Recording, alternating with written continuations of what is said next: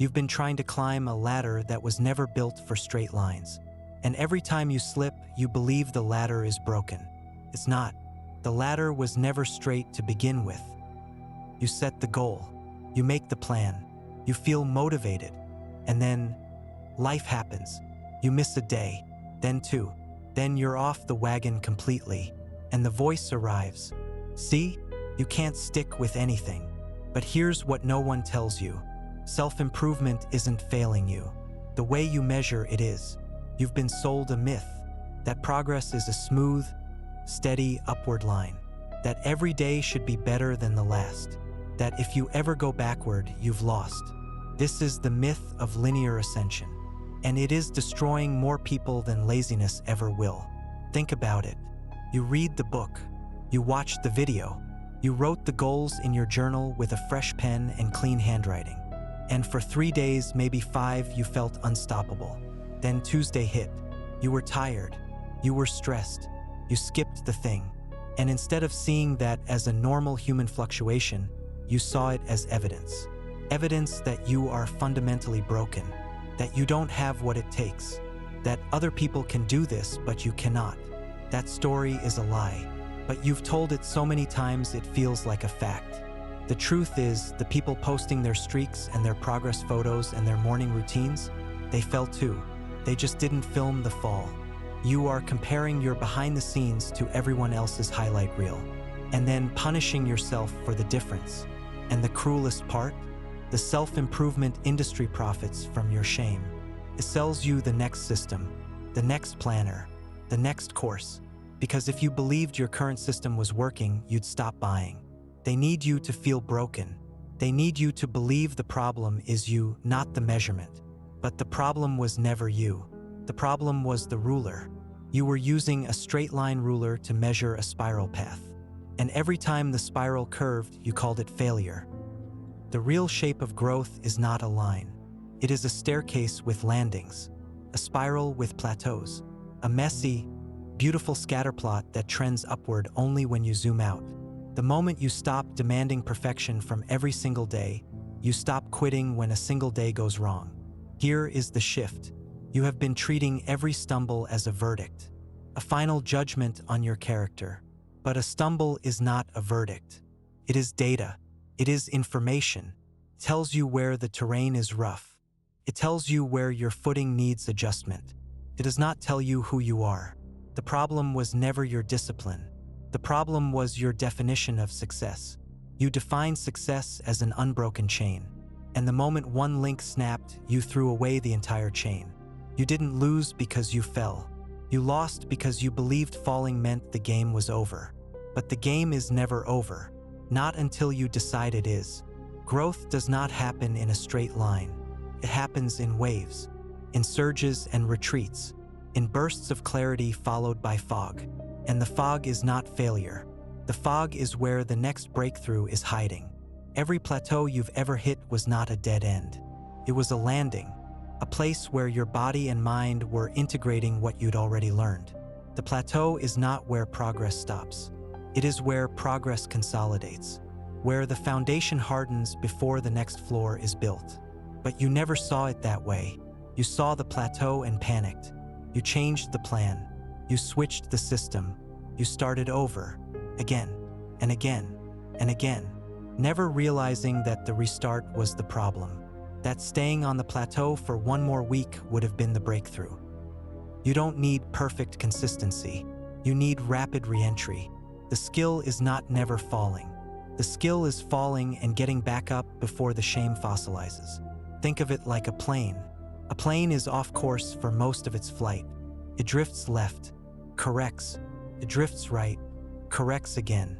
It never flies in a perfect straight line, but it always arrives, because the system is not about perfection.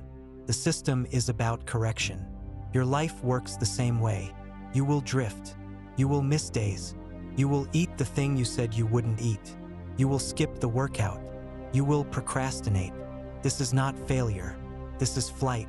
The only question that matters is, how fast do you correct? One day off? That's turbulence. A week off with a quick return? That's a holding pattern. A month off followed by a restart? Still flying. The only crash is the one where you never come back. Rapid re-entry. That is the only metric that separates people who transform from people who stay stuck. Not talent, not willpower, not motivation, just the speed of the comeback. And here is the beautiful thing about rapid re-entry. It compounds. The first time you fall and get back up quickly, it takes effort. The second time, slightly less.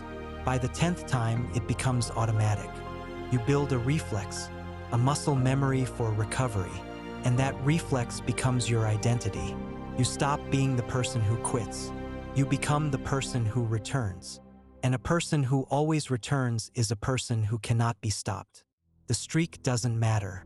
The return rate matters. A person with a broken streak and a fast return will outperform a person with a perfect streak who eventually collapses. Because the perfect streak is brittle. It shatters once and stays shattered. But the return habit is anti-fragile. It gets stronger every time it breaks. You miss a workout. Old you says, "I've ruined my streak. Might as well quit." New you says, "I missed one. Back on it tomorrow." The difference is not discipline. The difference is narrative. You eat badly at lunch. Old you says, "Day is ruined. Dinner too."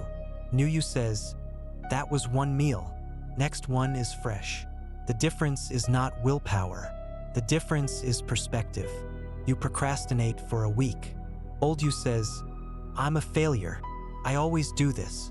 New you says, "Okay, what's the one action right now?" The difference is not motivation. The difference is identity. Old you treated every slip as a sentence. New you treats every slip as a comma. The sentence isn't over. You just paused. Now keep writing. The comeback is the only thing that matters.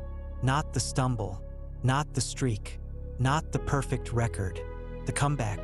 Every person you admire has a graveyard of abandoned streaks.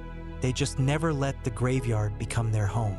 The writer who published 20 books, they have folders full of unfinished drafts. The athlete who won gold, they have seasons of injuries and missed training. The entrepreneur who built the company, they have 3 failed businesses behind them. The difference was never perfection. The difference was always the return. The people you admire did not fail less than you. They just got back up faster. The gap between fall and rise is the only statistic that counts. Not how many times you fell, not how hard you fell, just how long you stayed down. Some people fall and stay down for a day, some for a week, some for a decade. The fall is the same. The duration on the ground is what makes the difference. You cannot control the fall. You can control the rise. And the rise does not require motivation. It does not require inspiration. It requires one single decision. The decision to move. One push-up, one sentence, one step. That is the rise. The rise is not dramatic. It is not cinematic. Nobody films the moment you open the laptop after a week of avoidance. Nobody celebrates the single push-up after a month of nothing. But that moment, that quiet, unglamorous, invisible moment, is where everything changes. That is where identity shifts, not in the streak, in the return. Stop measuring your life day by day. Zoom out. One bad day is not a collapsed identity. One missed habit is not a broken person. The ladder is not straight, but you are still climbing. Now get back up.